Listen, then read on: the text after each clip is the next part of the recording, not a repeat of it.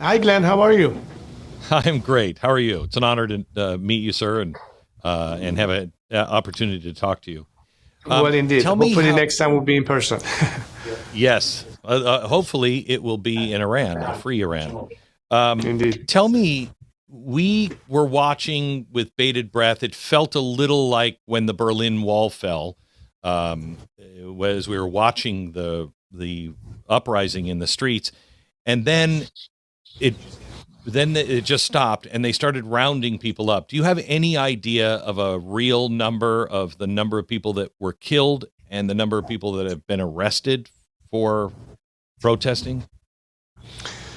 As far as the death toll is concerned, Glenn, we had received reports of approximately 36,500 people in the first 2 days. The numbers might be more because the full tally has yet to be assessed as a result of the information blackout. There are continued arrests taking place of medical practitioners, doctors, nurses. Sometimes they go into hospitals and finish off the wounded on their hospital beds. Many people have been jailed. God knows what's going to happen to them. Unfortunately, I don't think that the level of violence has diminished by the regime, and a lot of it has happened in complete blackout.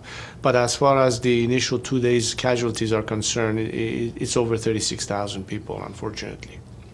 So what happened? Why did the regime act this way? Donald Trump is pretty clear on things. Now we have an armada coming that way.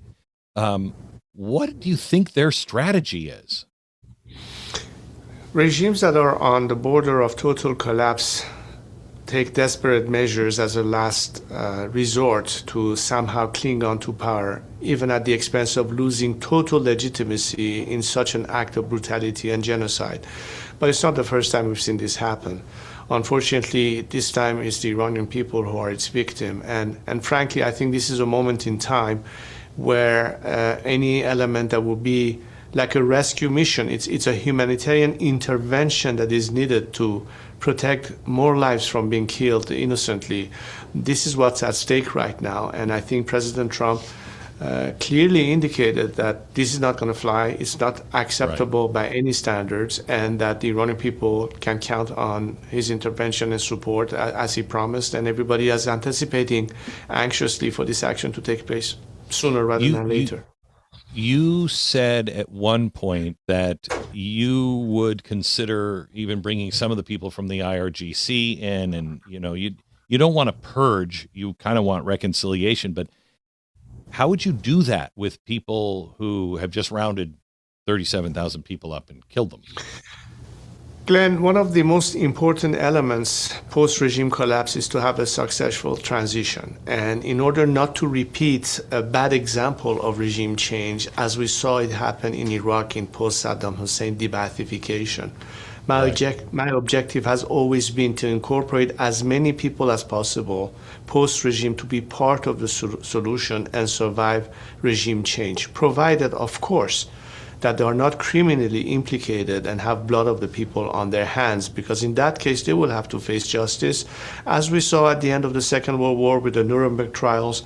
And we do have a whole host of legal experts that are examining various scenarios of transitional justice or truth and reconciliation, as we saw in South Africa, to make sure that we can address both the legal aspects of people seeking justice as a result of this murder, but at the same time to provide an opportunity of an exit strategy for those who want to join with the people. As a matter of fact, we specifically have offered a process of defection as part of our national campaign, where elements that want to detach themselves from the regime and join with the people can message us, and they have. Over 160,000 people so far have applied for that. Many of them are members of the military, of the IRGC, of the police force, and of course the civil bureaucracy as well. All of this to say that we intend not only to put an end to this regime, but to fill the void in a very smooth and stable transition. And clearly, it is important to make sure that the people who have the guns in their hands are there this time to protect the land and the people, as opposed to be an instrument of repression against the people. And the remaining pockets of resistance will be minimalized in terms of them having a possibility to, distract us from the main goal that we have. So there are people that say, the youth in Iran do not remember you. I mean, if you look like me or you remember it. I remember your family leaving. But how do you plan on reaching those who may not be for a return of your family or a reign like this? I mean, do you have enough support on the ground through all age groups to be able to pull this off? Well, Glenn, we live in an era of social media, and I think anyone who knows that the Gen Z of the world today connects to each other via Instagram, via TikTok, and via so many other platforms that were unavailable 50 years ago. They have a different means of communicating and getting their information from inside and the outside world. And it's the Iranian Gen Z that is leading this fight, and millions of them in the streets chanted my name, chanted my family names, said Reza Pahlavi and the return of the Pahlavi to Iran. All of this demonstrate that are clearly identifying themselves in terms of the person leading them to that change in myself. They recognize this role in me, and I've been responding to their call. And as a result of my call to action, millions of them were mobilized inside Iran and went to the streets in every province of Iran, in the 31 provinces of Iran, and over 500 cities in Iran. They were out there chanting my name and responding to my call to action. And so did the diaspora outside in terms of organizing massive demonstrations in support of the Iranian people in the four corners of the world, from Australia to Canada to the United States and in Europe. All of this showing that they see in me the person uniquely qualified and in position to play that role for them, to be an agent of change, to be a bridge to a destination that hopefully will be a secular democratic system to replace this religious dictatorship. So, new constitution, new system, new elections. How does it look in your head?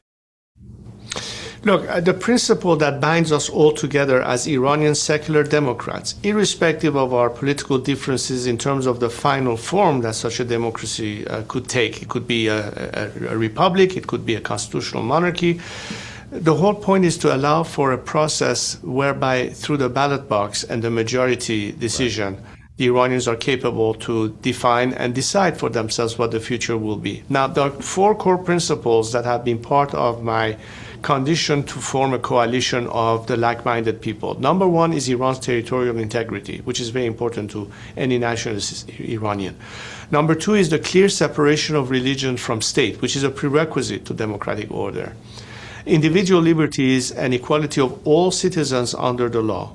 And finally, the right for the Iranian people to determine their own political future by means of the ballot box. For that, the transitional government is tasked with not only running the country's affairs in the meantime, but organizing elections to a constitutional assembly, which is where the final debate will take shape as to exactly what form Iranians could opt for as a future secular democratic system. And based on that, through several phases, people will be able to ratify the constitutional project, ratify the constitution, adopt the next system, and then we will have the elections of the first new parliament and the first new government of that future democracy, which at which point the transitional government will turn over control and power to the elected representative of this new government. That's the process that I see as of this moment until then. So first we have to bring this regime to its knees and force it to collapse. Immediately transition to a transition phase, and we have a very comprehensive plan for that has been prepared for me by a number of experts, economists, jurists, specialists. The first 100 days of exactly how we're going to manage that, stabilize the economy, make sure we have a smooth transition.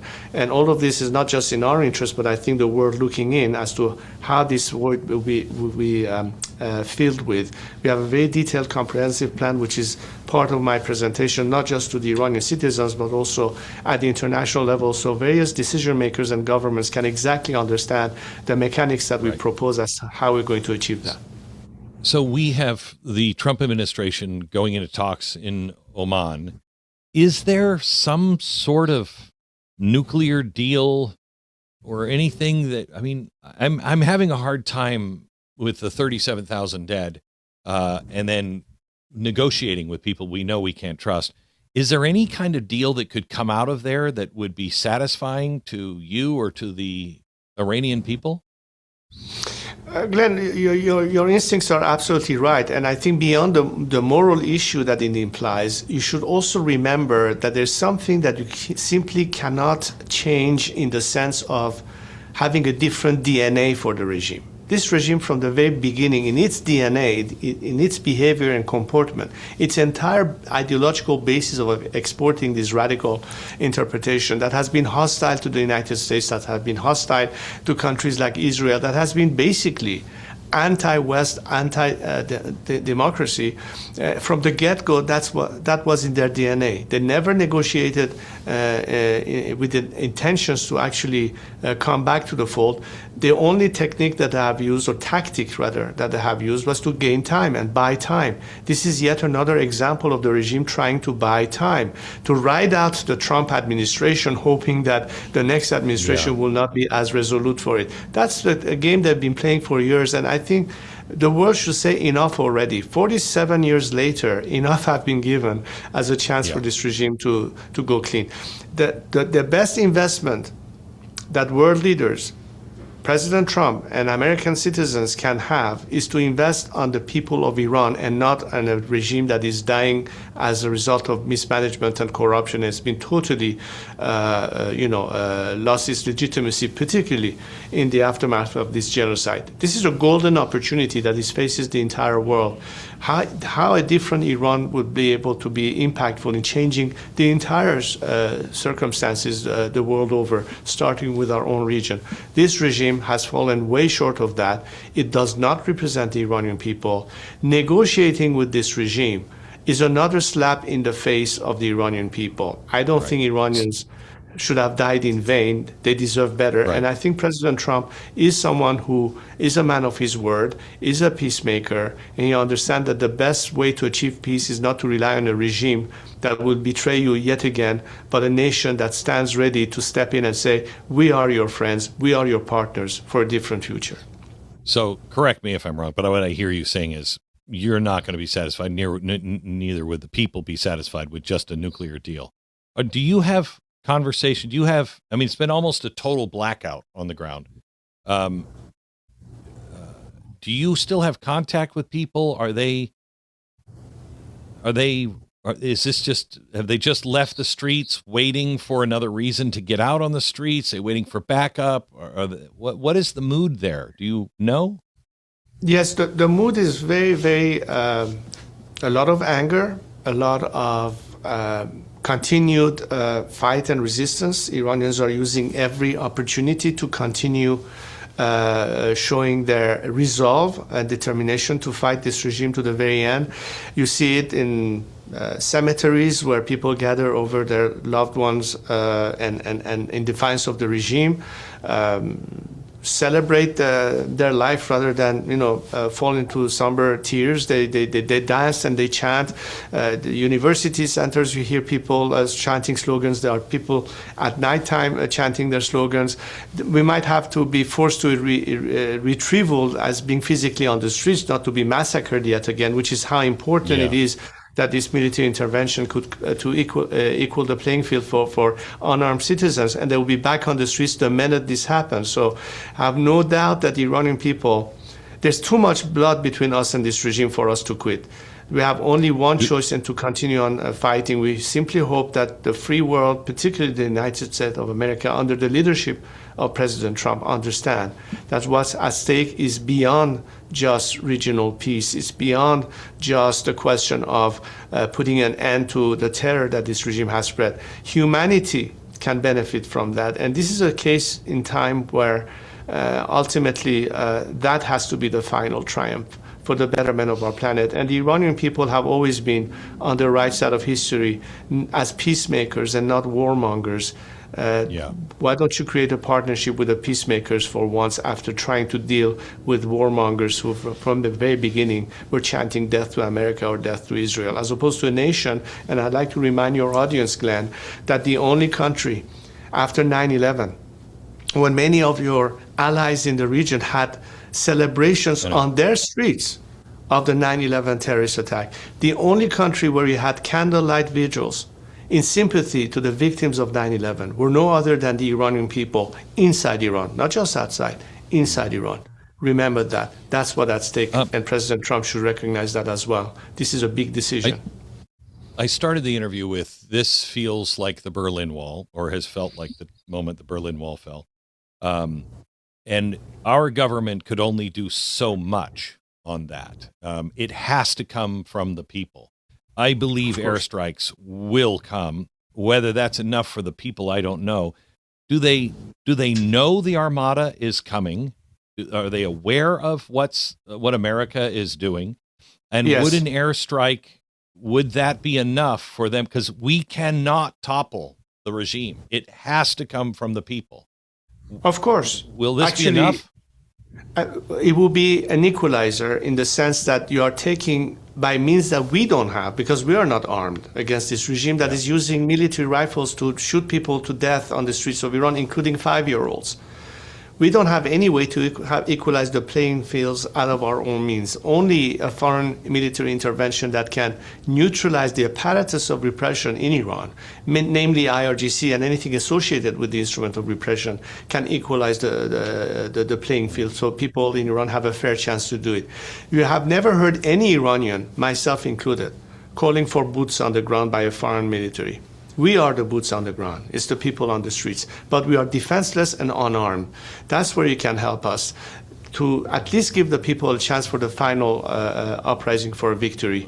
We'll do the rest ourselves. We'll bring the pressure from within. We'll have labor strikes. We'll do whatever it takes to finally force this regime to collapse. But the world can help us too. One of them is exactly this targeted strike that the U.S. can help with, because you're the only country in the world capable of doing that, number one.